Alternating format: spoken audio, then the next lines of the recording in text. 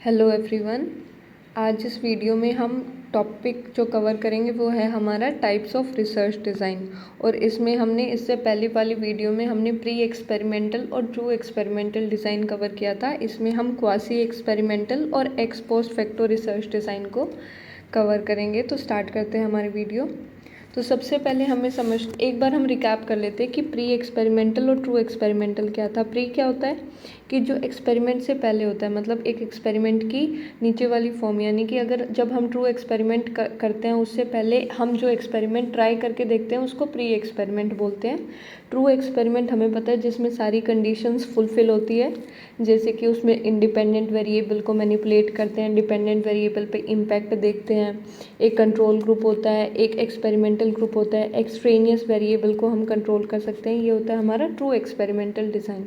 अब देखते हैं क्वासी एक्सपेरिमेंटल डिज़ाइन क्या होता है। क्वासी एक्सपेरिमेंट, इसका मतलब क्या होता है कि ये जो ट्रू एक्सपेरिमेंट है उसको कॉपी करने की ट्राई करता है पर पूरी तरह कॉपी नहीं कर पाता।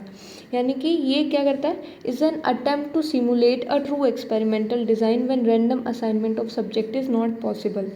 तो एक चीज़ जो हमें ध्यान रखनी है क्वासी एक्सपेरिमेंटल डिज़ाइन में वो ये है कि ये जो ट्रू एक्सपेरिमेंटल डिज़ाइन है उसको कॉपी करने की ट्राई करता है और इसके अंदर जो रैंडम असाइनमेंट है वो नहीं होता, रैंडम असाइनमेंट नहीं होता। और इसके अंदर जो ग्रुप्स होते हैं वो हमारे प्री एग्जिस्टिंग ग्रुप लेते हैं, रैंडम असाइनमेंट पॉसिबल नहीं है। और ट्रू एक्सपेरिमेंट को सिमुलेट करने की ट्राई करता है। इसको हम कॉम्प्रोमाइज़ डिज़ाइन भी बोलते हैं क्योंकि ये प्री एक्सपेरिमेंटल और ट्रू एक्सपेरिमेंटल के बीच में लाई करता है कि अगर इनको एक रैंक वाइज करें कि मतलब किसके अंदर ज़्यादा बढ़िया क्वालिटीज़ है, तो सबसे पहले हमारा प्री एक्सपेरिमेंट आएगा, फिर हमारा क्वासी आएगा। क्योंकि प्री के अंदर तो क्या होता है कि हम जस्ट ट्राई करते हैं कि हमारा एक्सपेरिमेंट काम करेगा या नहीं, फिर क्वासी आएगा, फिर ट्रू एक्सपेरिमेंट आएगा, है ना, ऐसे होगा। However, unlike a true experiment, there is no random assignment of participants to experimental and control groups।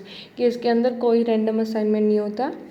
इसके अंदर जो पार्टिसिपेंट्स हैं उनको हम प्री एग्जिस्टिंग करेक्टरिस्टिक्स के बेसिस पे ट्रीटमेंट देते हैं, ना कि रैंडम असाइनमेंट के बेसिस पे। तो ये है हमारा क्वासी एक्सपेरिमेंटल डिज़ाइन। जैसे हमने बोला कि प्री एग्जिस्टिंग करेक्टरिस्टिक्स या प्री एग्जिस्टिंग ग्रुप्स होते हैं, तो वो किस बेसिस पे हो सकते हैं, वो हमारे एज के बेसिस पे, जेंडर के बेसिस पे, socio economic background, school type, personality या कोई एक पर्टिकुलर क्लास हो गई। तो ऐसे क्या होता है, ऐसे हमारे प्री एग्जिस्टिंग करेक्टरिस्टिक्स होते हैं, उनके बेसिस पे हम उन्हीं इंडिविजुअल्स को फिर क्या देते हैं, ट्रीटमेंट देते हैं, रैंडम असाइनमेंट नहीं होता। एग्जाम्पल क्या है कि comparing test performance of student from a government school and a private school after introducing a new teaching method. कि हम क्या कर रहे हैं, एक नया टीचिंग मेथड है हमारे पास, एक नया टीचिंग मेथड है और उसका हम इम्पैक्ट देखना चाहते हैं कि जो गवर्नमेंट स्कूल के बच्चे होंगे उन पे क्या इम्पैक्ट होगा और जो हमारे प्राइवेट स्कूल के बच्चे होंगे उन पे क्या इम्पैक्ट होगा। अब रैंडम असाइनमेंट नहीं है इसमें, क्योंकि गवर्नमेंट स्कूल के बच्चे गवर्नमेंट स्कूल के ही रहेंगे, उनको हम प्राइवेट में कन्वर्ट नहीं कर सकते, क्योंकि जो बच्चा गवर्नमेंट में पढ़ा है उनको हम ऐसे तो है नहीं कि स्कूलिंग वापस से करवाएंगे, है ना। जो गवर्नमेंट स्कूल में पढ़ रहा है और जो प्राइवेट स्कूल में पढ़ रहा है वो क्या है, प्री एग्जिस्टिंग है, वो पहले से ही उनमें पढ़ रहा है, हमने कोई रैंडम असाइनमेंट नहीं किया। और फिर हम क्या करें, एक नए टीचिंग मेथड का उनके परफॉर्मेंस पे इम्पैक्ट देख रहे हैं, तो इसको हम बोलते हैं क्वासी एक्सपेरिमेंटल डिज़ाइन। तो अब हम पढ़ेंगे क्वासी एक्सपेरिमेंटल डिज़ाइन के टाइप। तो टाइप में क्या क्या आएगा, जैसे regression discontinuity design, time series design, equivalent time samples design, non equivalent control group design, counter balance design, separate sample pre test post test design, patched up design, longitudinal design और cross sectional design. तो start करते हैं regression discontinuity design से। तो एक जो main characteristics जो हमें याद रखनी है वो क्या है कि इसके अंदर हम एक कट ऑफ बेसिस पे क्या करते हैं, हमारा जो सैंपल होता है उनका असाइनमेंट करते हैं। कट ऑफ बेसिस में क्या होगा, जैसे कि हमने एक कट ऑफ स्कोर डिसाइड कर लिया, जैसे हम पास और फेल का क्राइटेरिया डिसाइड करते हैं, पास और फेल का क्राइटेरिया, जैसे जिस बच्चे के 40 नंबर या इससे ऊपर आया तो वो हमारा पास होगा और जिसका इससे कम है वो क्या होगा, फेल होगा। तो ये हमने क्या कर लिया, एक कट ऑफ स्कोर डिसाइड कर लिया। ऐसे हमारे कॉम्पिटिटिव एग्जाम में भी कट ऑफ स्कोर होता है, तो उसके बेसिस पे पास या फेल डिसाइड होता है। तो ऐसे ही रिग्रेशन डिसकॉन्टिन्यूटी डिज़ाइन में हम क्या करते हैं, एक कट ऑफ स्कोर डिसाइड करते हैं और फिर जो कट ऑफ स्कोर से अगर वो हम पे डिपेंड करता है कि जो ऊपर वाले उस पर हमें ट्रीटमेंट देना है या जो नीचे वाले उस पर treatment, that depends upon us तो इसके अंदर क्या होता है, कोई रैंडम असाइनमेंट नहीं होता। ट्रीटमेंट जो असाइन है वो स्कोर थ्रेशोल्ड की, हमने एक थ्रेशोल्ड डिसाइड कर लिया, फिर हम देखेंगे कि इसके जो जितने भी ऊपर वाले बच्चे हैं उनको ट्रीटमेंट देना है, नीचे वाले उनको नहीं देना, या वाइस वर्सा। रिग्रेशन क्या होता है, अब जैसे इस नाम को या जो टर्म है उसको ब्रेक डाउन करते हैं, रिग्रेशन डिसकॉन्टिन्यूटी डिज़ाइन। तो रिग्रेशन का मतलब क्या है, रिग्रेशन यानी कि finding how one variable changes when another variable changes. इसका अगर नॉर्मली मीनिंग देखें तो ये होगा कि एक वेरिएबल के अंदर अगर चेंज आ रहा है तो दूसरे वेरिएबल के अंदर क्या चेंज आएगा, है ना, कि दूसरा वेरिएबल चेंज हो रहा है या नहीं हो रहा है। डिसकॉन्टिन्यूटी का मतलब क्या होता है, डिसकॉन्टिन्यूटी यानी कि कुछ ब्रेक लगना या जंप होना, यानी कि कुछ तो बीच में डिफरेंस है, कि कुछ सडन ब्रेक है, तो उसको हम डिसकॉन्टिन्यूटी बोलते हैं। और डिज़ाइन क्या है कि हमारा रिसर्च प्लान। अब रिग्रेशन में आपको रिग्रेशन लाइन से समझाती हूँ कि रिग्रेशन लाइन क्या होती है। जैसे कि सपोज़ ये हमारा एक ग्राफ है, ठीक है, तो इसके अंदर यहाँ इंडिपेंडेंट वेरिएबल पे हम ले लेते हैं सपोज़ कि number of hours of study, है ना, आवर्स, और इधर सपोज़ हम ले लेते हैं कि हमारा स्कोर क्या है, ये हमने ले लिया।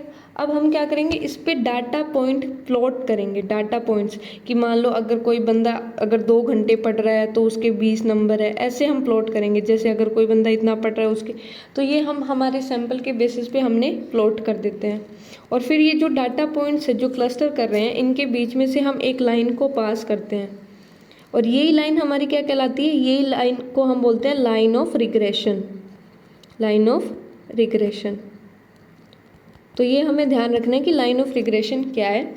अब उसी रिग्रेशन डिसकॉन्टिन्यूटी डिज़ाइन का हम एक एग्जांपल लेते हैं। इसके अंदर डिसकॉन्टिन्यूटी भी एक मेन वर्ड है। अब वो कैसे है वो मैं आपको समझाऊंगी, पहले एग्जांपल देखते हैं कि हमने क्या किया, कि हमने एक कट ऑफ स्कोर डिसाइड किया है कि जो बच्चे 60 नंबर ला रहे हैं या उससे ऊपर ला रहे हैं उसको हम क्या देंगे, उनको हम फ्री कोचिंग देंगे। क्या देंगे, हमने क्या डिसाइड कर लिया, 60 नंबर को एक क्राइटेरिया कि इसके ऊपर वाले को हम फ्री कोचिंग देंगे, ठीक है, और इनके नीचे वाले को कोई कोचिंग नहीं मिलेगी, जो इससे नीचे नंबर आए उनको कोई कोचिंग नहीं मिलेगी। तो बाद में क्या हुआ कि कोचिंग देने के बाद में सबका टेस्ट हुआ, और टेस्ट के बाद क्या हुआ कि हमने जब डाटा प्लॉट किया तो जो 60 मार्क्स बच्चे के थे और जो उससे ऊपर थे जिनको कोचिंग मिली थी उन्होंने बेटर परफॉर्म किया। जैसे सपोज़ हम एक ग्राफ बनाते हैं कि ये सपोज़ एक लाइन है, ठीक है, ये लाइन ऑफ रिग्रेशन है, ये हमने बना रखी है, और ये हमने क्या किया, एक कट ऑफ पॉइंट, यानी कि यहाँ पे जो नंबर है वो कितने हैं, यहाँ पे 60 नंबर है, और इसके ऊपर वाले कितने हैं, इसके ऊपर वाले को हम बोल देंगे, ये हमारा ट्रीटमेंट ग्रुप बोलेंगे, जिसको हम क्या करेंगे, कोचिंग प्रोवाइड करेंगे, ठीक है, और इसके नीचे वाले को हम क्या बोल देंगे, इसको हम कंट्रोल ग्रुप बोल देंगे, कि इसको हम कोचिंग प्रोवाइड नहीं करेंगे। 60 क्या है, 60 हमारा एक कट ऑफ पॉइंट है। तो नॉर्मली क्या होगा, नॉर्मली यही होगा। अब क्या होगा कि जब हम इनको क्या करेंगे, ट्रीटमेंट प्रोवाइड कर देंगे, तो इनकी जो रिग्रेशन लाइन जो ऐसे आ रही थी वो रिग्रेशन लाइन कैसे हो जाएगी, वो रिग्रेशन लाइन ऐसी कुछ हो जाएगी कि इनके स्कोर के अंदर क्या आएगा, इम्प्रूवमेंट आएगा। और जो अब ये एरिया है, ये जो इतना डिफरेंस आया, इसको हम क्या बोलेंगे, इसको हम ट्रीटमेंट इफ़ेक्ट बोलेंगे। क्या बोलेंगे, ट्रीटमेंट इफ़ेक्ट। और ये क्या है, ये एक डिसकॉन्टिन्यूटी, एक ब्रेक ही है, एक जंप है ना। तो ये होता है हमारा रिग्रेशन डिसकॉन्टिन्यूटी डिज़ाइन। जैसे कि हमने इसमें दिखा रखा है कि सपोज़ हमारी अगर नॉर्मली हम देखते कि इसको हम 60 मान लेते हैं हमारा, तो हमारी नॉर्मली क्या होनी थी रिग्रेशन लाइन, ये रिग्रेशन लाइन होती। बट क्या हुआ कि जब हमने ट्रीटमेंट दे दिया तो इम्पैक्ट कितना है, ट्रीटमेंट देने के कारण इम्पैक्ट हमारा जो रिग्रेशन लाइन है वो ऐसी होगी। तो ये जो है, ये जो जंप है, ये क्या है, ट्रीटमेंट इफेक्ट है, कि जो ये इम्पैक्ट आया वो ट्रीटमेंट के कारण आया, हमने जो फ्री कोचिंग क्लास प्रोवाइड की उसके कारण इम्पैक्ट आया। तो ये होता है रिसर्च डिसकॉन्टिन्यूटी डिज़ाइन। अब नेक्स्ट करते हैं time series design. Time series design में क्या होता है कि एक सिंगल ग्रुप होता है, एक सिंगल ग्रुप होता है और उसको हम मल्टीपल टाइम्स क्या करते हैं, उसको ऑब्जर्व करते हैं before and after a treatment to see its effect. कि ट्रीटमेंट देने से पहले भी हम उसको बहुत बार ऑब्जर्व करेंगे और ट्रीटमेंट देने के बाद भी उसको ऑब्जर्व करेंगे। और इसके अंदर सिर्फ एक एग्जिस्टिंग ग्रुप लेते हैं, तब भी इसको क्वासी एक्सपेरिमेंटल बोलेंगे। कि जब क्या होगा कि इसके अंदर प्री एग्जिस्टिंग ग्रुप है, इसके अंदर कोई रैंडम असाइनमेंट नहीं है, तो नोटेशन क्या होगी कि हमने, ये हमारा क्या है, ये हमारा ट्रीटमेंट है, ये हमारा ट्रीटमेंट है और इससे पहले हमने इसको मल्टीपल टाइम ऑब्जर्व किया और इसके बाद में हमने इसको मल्टीपल टाइम ऑब्जर्व किया है। Example, teacher measure students attention 3 time before daily meditation, applies meditation for 2 weeks, then measure attention 3 times after. तो इसको हम क्या बोल देंगे, इसको हम टाइम सीरीज डिज़ाइन बोलेंगे। अब आता है इक्विवेलेंट टाइम सैम्पल्स डिज़ाइन। इसमें क्या होता है कि एक सेम ग्रुप होता है, उसको अलग अलग ट्रीटमेंट दिया जाता है अलग अलग टाइम पे, और फिर उससे क्या करते हैं, फिर हम उसको ऑब्जर्व करते हैं और कंपेयर करते हैं। जैसे सपोज सेम ग्रुप होगा, ट्रीटमेंट अलग होगा और अलग टाइम पे होगा। जैसे सपोज सबसे पहले हमने एक ट्रीटमेंट दे दिया, ये नोटेशन वाला हमने इससे पहले वाली वीडियो में कवर किया है, तो मेक श्योर कि ये वीडियो देखने से पहले आप पहले वाली वीडियो देख लें, तो it would be helpful for you to understand. तो जैसे ये क्या दे दिया हमने, एक ट्रीटमेंट दे दिया, इसके बाद क्या करेंगे, हम इसको ऑब्जर्व करेंगे, है ना। फिर क्या करेंगे, फिर हम इसको दूसरा ट्रीटमेंट देंगे और फिर हम उसको दोबारा ऑब्जर्व करेंगे। तो ये होती है इसकी नोटेशन। तो प्री एग्जिस्टिंग ग्रुप है, कोई रैंडम असाइनमेंट नहीं है, treatment applied in a sequence. तो ये होता है हमारा equivalent time samples design. Example, class learn visual aids in week 1, कि सबसे पहले विजुअल एड सिखा दिया उनको, फिर उनका टेस्ट स्कोर रिकॉर्ड कर लिया, फिर दूसरी बार क्या किया कि लेक्चर मेथड से सिखा दिया, फिर टेस्ट स्कोर रिकॉर्ड कर लिया। यानी कि सबसे पहले ये क्या हो गया यहाँ पे, विजुअल एड x1, फिर ऑब्जर्व कर लिया O1, फिर दूसरा क्या हो गया लेक्चर मेथड x2, और फिर दोबारा रिकॉर्ड कर लिया O2। तो ये होता है इक्विवेलेंट टाइम सैम्पल्स डिज़ाइन। अब है non equivalent control groups design. इसमें क्या होगा कि इसके अंदर 2 एग्जिस्टिंग ग्रुप होंगे। क्या होंगे, 2 एग्जिस्टिंग ग्रुप, तभी इसको क्वासी एक्सपेरिमेंट बोलते हैं। तो एक को ट्रीटमेंट मिलेगा और दूसरे को नहीं मिलेगा, और फिर हम क्या करेंगे, उनको ऑब्जर्व करेंगे। Groups exist naturally, no random assignment. Notation क्या है कि जैसे एक ग्रुप है, जैसे सपोज कोई भी एग्जिस्टिंग एक क्लास है, सिंपली हमने क्लास 1 को ले लिया और क्लास 2 को ले लिया। तो सबसे पहले इसको क्या मान लिया, इसको हमने ट्रीटमेंट ग्रुप मान लिया, और दूसरे को हमने क्या मान लिया, इसको हमने कंट्रोल ग्रुप मान लिया। इसको हम क्या करेंगे, इसको हम ऑब्जर्वेशन मतलब सबसे पहले उसको स्कोर देख लेंगे, ऑब्जर्वेशन कर लेंगे, फिर उसको क्या देंगे, उसको ट्रीटमेंट देंगे, फिर ऑब्जर्वेशन दोबारा करेंगे। और सिंपली दूसरे को क्या है, जो कंट्रोल ग्रुप है उसकी ऑब्जर्वेशन कर लेंगे, उसको कोई ट्रीटमेंट नहीं देंगे, और फिर दोबारा से ऑब्जर्वेशन कर लेंगे। तो ये होता है हमारा non equivalent control group design. तो यही सेम हो गया एग्जाम्पल, जैसे class A taught with new method, class B continued regular method, फिर उनके स्कोर्स को क्या कर लेंगे, कंपेयर कर लेंगे। अब है काउंटर बैलेंस्ड डिज़ाइन।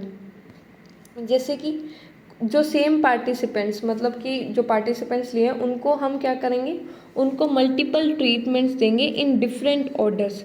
क्या करेंगे, multiple treatments in different orders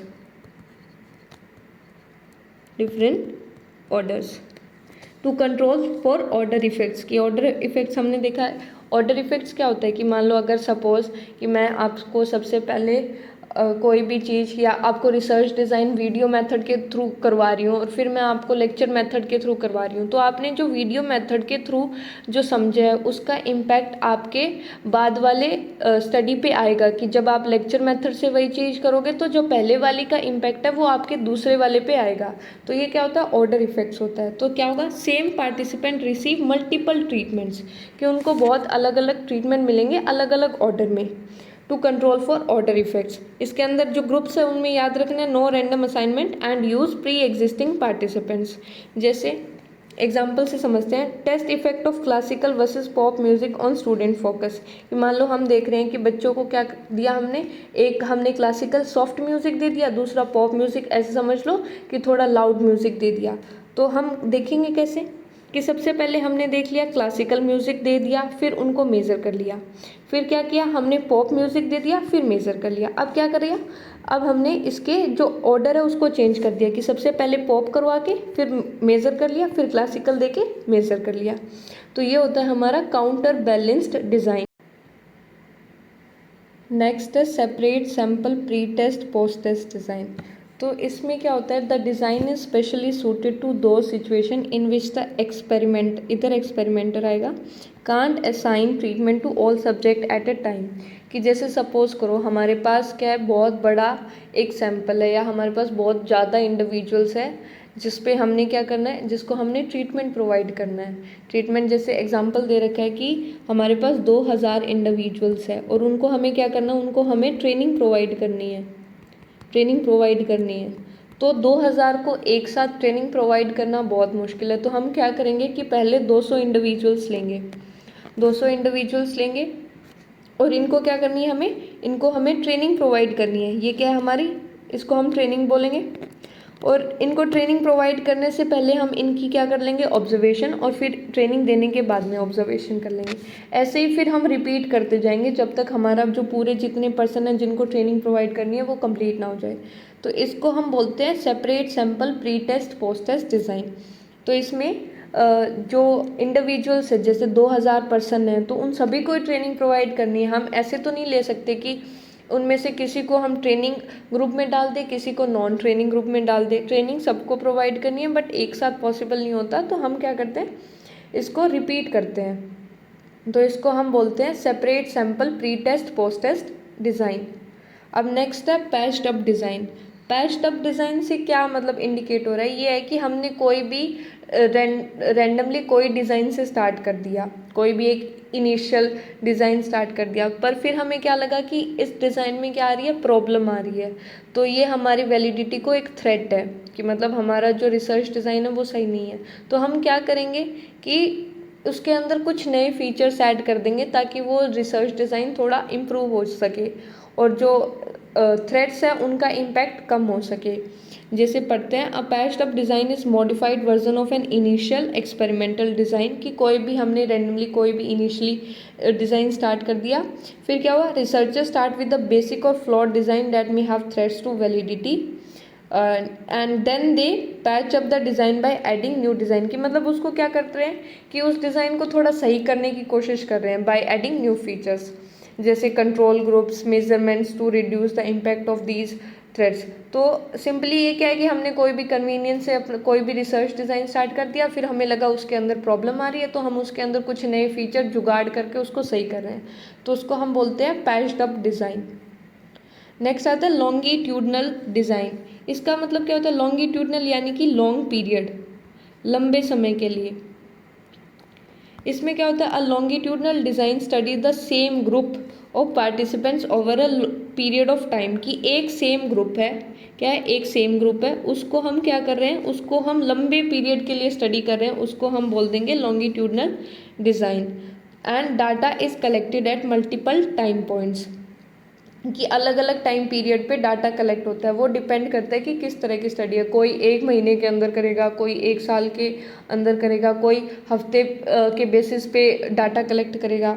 तो जैसे एग्जांपल है कि measuring the academic performance of same students every year from class 6 to 10th। जैसे कि हमने क्या किया, हमने जो क्लास 6 से 10th के बच्चे हैं उनकी एकेडमिक परफॉर्मेंस मेज़र कर मतलब सेम स्टूडेंट्स की परफॉर्मेंस मेज़र करनी है अलग अलग क्लासेस में। जैसे कि एक सेम क्लास है, कि जैसे सपोज़ करो आपकी क्लास है, अगर आप अभी 6th क्लास में हो तो 6th क्लास में आपकी एकेडमिक परफॉर्मेंस मेज़र कर लेंगे। फिर आप जब 7th में प्रमोट हो जाओगे तो आपकी 7th में मेज़र करेंगे। जब आप 8th में प्रमोट हो जाओगे तो सेम ग्रुप है, वही सेम इंडिविजुअल है, आपकी क्लास वही सेम है, तो 8th में हो जाओगे तो आपकी मेज़र करके फिर 9th में, फिर 10th में, ऐसे क्या करेंगे, आप जब से 6th क्लास में हो और जब आप 10th क्लास में हो जाओगे तब तक पूरे उस टाइम पीरियड के लिए आपकी एकेडमिक परफॉर्मेंस मेज़र की जाएगी। तो उसको हम लॉन्गिट्यूडनल डिज़ाइन बोलते हैं। अब नेक्स्ट है cross sectional design. Cross sectional उसमें क्या था, लॉन्गिट्यूडनल में कि हम लंबे पीरियड के लिए करते हैं। इसमें क्या है कि हम अलग अलग ग्रुप की क्या करते हैं, एक सिंगल पॉइंट ऑफ टाइम पे कंपेयर करते हैं। जैसे a cross sectional design studies different groups of people at one point in time, एक पॉइंट पे, to compare differences between them. It gives a snapshot of situation. जैसे example, comparing the academic performance of student in class 6, 8th, 10th at same time. जैसे अब आप suppose करो आप अगर class 6th में हो अभी प्रेजेंट में, लंबे पीरियड के लिए नहीं, क्लास 6th में हो। अब आप जब क्लास 6th में हो तो कोई ऐसे भी बच्चे होंगे जो अभी सेम पीरियड में 2000 मान लो 25 के अंदर अगर आप 6th में हो तो कोई ऐसे बच्चे होंगे जो 2025 में क्लास 8th में होंगे और कुछ ऐसे बच्चे होंगे जो क्लास 10th में होंगे सेम ईयर में। तो हम क्या करेंगे, इन डिफरेंट क्लासेस की एकेडमिक परफॉर्मेंस मेजर करेंगे। तो इसको हम क्या बोल देंगे, इसको हम बोल देंगे क्रॉस सेक्शनल डिज़ाइन। अब नेक्स्ट है, अब हमने क्वासी एक्सपेरिमेंटल डिज़ाइन के सारे टाइप्स पढ़ लिए। अब हम पढ़ते हैं ex post facto research design. तो ex post facto research design में क्या होता है कि हम इसमें इंडिपेंडेंट वेरिएबल को मैनिपुलेट नहीं करते। जो इवेंट्स है वो नेचुरली अकर हो चुका है और अकर होने के बाद, नेचुरली अकर होने के बाद हम क्या कर रहे हैं, उसको स्टडी कर रहे हैं, उसके ऊपर रिसर्च कर रहे हैं। तो उसको हम बोल देंगे x post facto research design. The researcher can't manipulate the variable, कि जो रिसर्चर है वो वेरिएबल को मैनिपुलेट नहीं कर सकता, वो सिर्फ इसके इफ़ेक्ट को देख सकता है जब वो इवेंट हो चुका है, ऑलरेडी हो चुका है। Focus on examining cause and effect relation retrospectively, यानी कि होने के बाद में, रेट्रोस्पेक्टिवली होने के बाद में मतलब पीछे होता है कि वो इवेंट हो चुका है और फिर उसके बाद में हम क्या कर रहे हैं, उसको मेज़र कर रहे हैं। तो ये होता है हमारा ex post facto research design. जैसे एग्जाम्पल कि a researcher want to study how experiencing an earthquake effect stress and anxiety levels in adults, कि एक इवेंट हुआ है, अर्थक्वेक हुआ है, तो अर्थक्वेक को क्या हम मैनिपुलेट कर सकते हैं? हम ऐसे कर सकते हैं कि हमने ऐसी स्टडी की कि हमने कुछ इंडिविजुअल्स को अर्थक्वेक जैसी सिनेरियो में रखा, ऐसा नहीं हो सकता। ये क्या एक नेचुरली अकरिंग इवेंट है। ऐसे ही कुछ जब इवेंट हो जाता है और उसके बाद में जब हम स्टडी करते हैं, जब उसको मैनिपुलेट नहीं कर पाते, तो उसको हम x post facto research design में कंसीडर करेंगे। फिर जो जिनको अर्थक्वेक इफेक्ट्स है उनका इम्पैक्ट देख रहे हैं हम स्ट्रेस एंड एंजाइटी लेवल पे इन अडल्ट्स। तो जैसे इंडिपेंडेंट वेरिएबल क्या है इसमें, एक्सपोजर टू अर्थक्वेक, कि जिनको अर्थक्वेक जिनको फेस करना पड़ा है वो हमारा इंडिपेंडेंट वेरिएबल है, और जो स्ट्रेस और एंजाइटी लेवल है वो हमारा डिपेंडेंट वेरिएबल है। तो इसके अंदर जो इंडिविजुअल्स हैं उनको हम देखेंगे कि अर्थक्वेक का क्या इम्पैक्ट है, और ये हमारा एक्स पोस्ट फैक्टो में आएगा क्योंकि ये नेचुरली अकरिंग है और होने के बाद में हम इनका इम्पैक्ट देख सकते हैं। अब एक कंसेप्ट होता है पोस्ट हॉक फैलेसी का।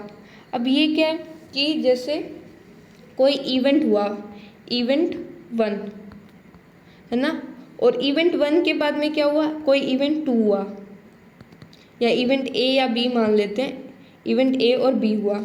तो इसमें हम क्या मान लेते हैं कि इवेंट ए अगर पहले हुआ है, फर्स्ट नंबर पे हुआ है, तो इवेंट ए के कारण ही इवेंट बी हुआ है, यानी event first is the cause of event second. तो इसको हम क्या बोलते हैं, पोस्ट हॉक फैलेसी बोल देते हैं।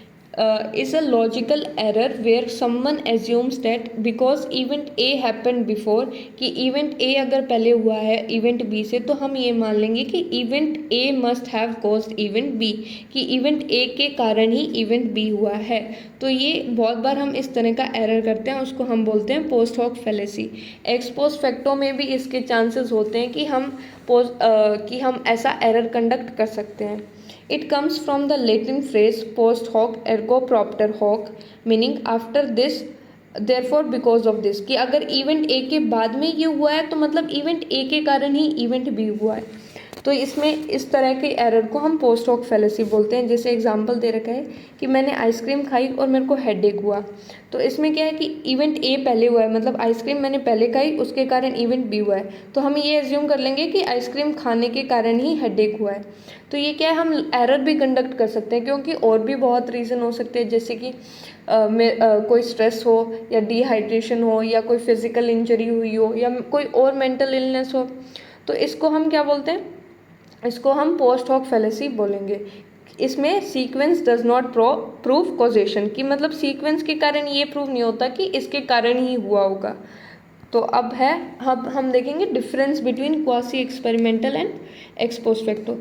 हमने देखा कि जो एक्स पोस्ट फैक्टो रिसर्च है उसको बहुत सारे रिसर्चर क्वासी एक्सपेरिमेंटल का पार्ट ही कंसीडर करते हैं, बट एक थोड़ा जो माइनर डिफरेंस इसमें होता है वो ये है कि क्वासी एक्सपेरिमेंटल में क्या होता है कि हम ट्रीटमेंट अप्लाई करते हैं। ट्रीटमेंट जैसे हमने एग्जांपल देखा था कि हम टीचिंग मेथड का इम्पैक्ट देख रहे हैं प्री एग्जिस्टिंग ग्रुप पे। तो टीचिंग मेथड यानी हम कुछ ट्रीटमेंट तो कर रहे हैं ना, कि टीचिंग मेथड तो अप्लाई कर रहे हैं, जैसे कि गवर्नमेंट स्कूल और प्राइवेट स्कूल पे, तो हमारा जो ये है इनका रैंडम असाइनमेंट पॉसिबल नहीं है। इनका क्या है, रैंडम असाइनमेंट पॉसिबल नहीं है क्योंकि ये ऑलरेडी एग्जिस्ट करते हैं। बट टीचिंग मेथड जो कि ट्रीटमेंट है वो तो हम अप्लाई कर रहे हैं, तो इसको हम क्वासी एक्सपेरिमेंटल डिज़ाइन बोलेंगे। बट एक्स पोस्ट फैक्टो में क्या है कि हम कोई मतलब प्री एग्जिस्टिंग कंडीशन है, कोई हम ट्रीटमेंट नहीं दे रहे, सिंपली क्या देखा हमने कि अर्थक्वेक हो गया, इसमें कोई ट्रीटमेंट है, हम कुछ कर रहे हैं, कुछ नहीं कर रहे, हम सिंपली क्या देखेंगे, उसका इम्पैक्ट देखेंगे, तो इसको हम बोलेंगे x post facto design. So this was all for this video. Thank you for watching it. I hope you like it, and please like, share and subscribe to my channel.